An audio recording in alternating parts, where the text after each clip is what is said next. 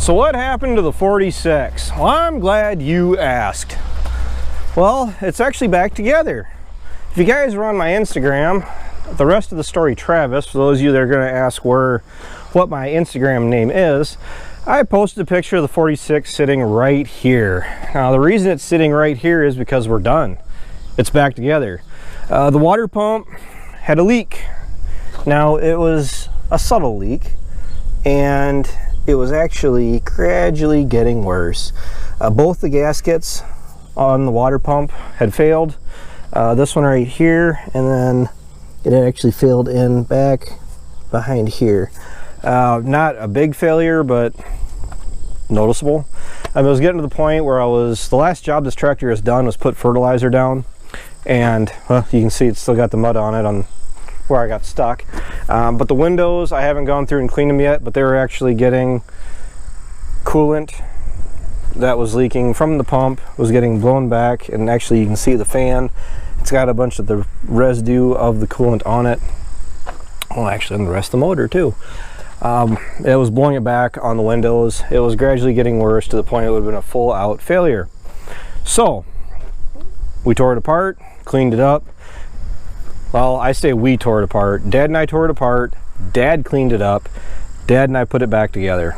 And it's down here right now because the tractor as a whole is going to get cleaned off. We got where the fuel is gradually over time picked up a bunch of dirt and crud. But that's why it's down in front of the milk house. We'll hit it with the pressure washer. We can go through, put the hood back on. We will never, ever, ever, I think Taylor Swift sings a song like that, put a chrome stack on the 46, or any of our equipment for that matter.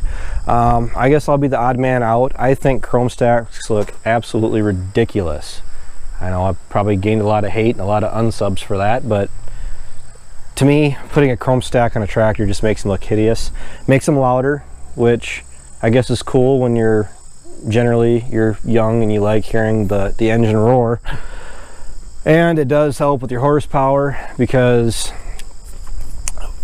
generally what I was always told, my buddy, I know my best friend has his tractor straight piped, but that's my stance on it. And his opinion for putting a straight pipe on was the fact that even though it's loud and cool, you don't have the muffler causing any of the back pressure. I probably said that wrong. Irrelevant. There's no restriction with the exhaust going out that straight pipe or that chrome stack as opposed to going through your standard exhaust, right? So that's where I am right there. I've seen videos, I've seen pictures of guys like on the 60-30s, even the open stations. I've seen it on regular Soundguard cab tractors too, where they are literally so loud they are wearing earmuffs, earplugs, and whatever else protecting their ears because the tractors are that loud. That is absolutely terrible to me. I would rather when I run a tractor in the field, this one, that one, the 4020, the 76, I'd want to be comfortable, because generally when I'm sitting in a tractor, it's not for an hour or two at a time. I mean, it's not like when we were kids where you only ran them for a few hours. Generally when I jump into a tractor anymore, I'm in it for hours and hours and hours, and usually an 8 to 10 to 12 to 20 hour shift is pretty common. So I couldn't imagine having to wear earplugs for 20 hours straight and then not being able to hear for the next day or two. Just not worth it. So the 46 is ready to go back to work. Its next job's probably going to be cutting hay, I imagine. I'm going to go through, clean all this stuff up. I'm going to check the battery levels. I'm going to clean the cables up, because it looks like, nope, I am wrong. That's actually a piece of plastic, but I'm going to go through, clean all the terminals and the connections there. And while I'm doing that, I'm going to work in the combine. I got to get that ready to be pulled out so we can get that ready for harvest. It doesn't need a lot compared to last year. Last year, the combine got a lot of work, which is going to carry over into this year as far as not really needing much attention.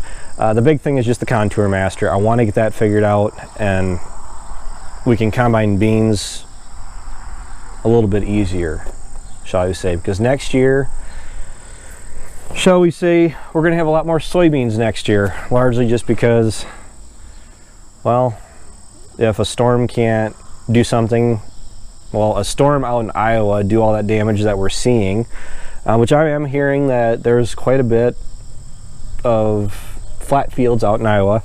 If that doesn't move the markets up more than just a few cents, it's kind of hard to want to keep planting corn at these prices. So it might be soybeans for the win next year, which, I don't know, we'll take it as it is.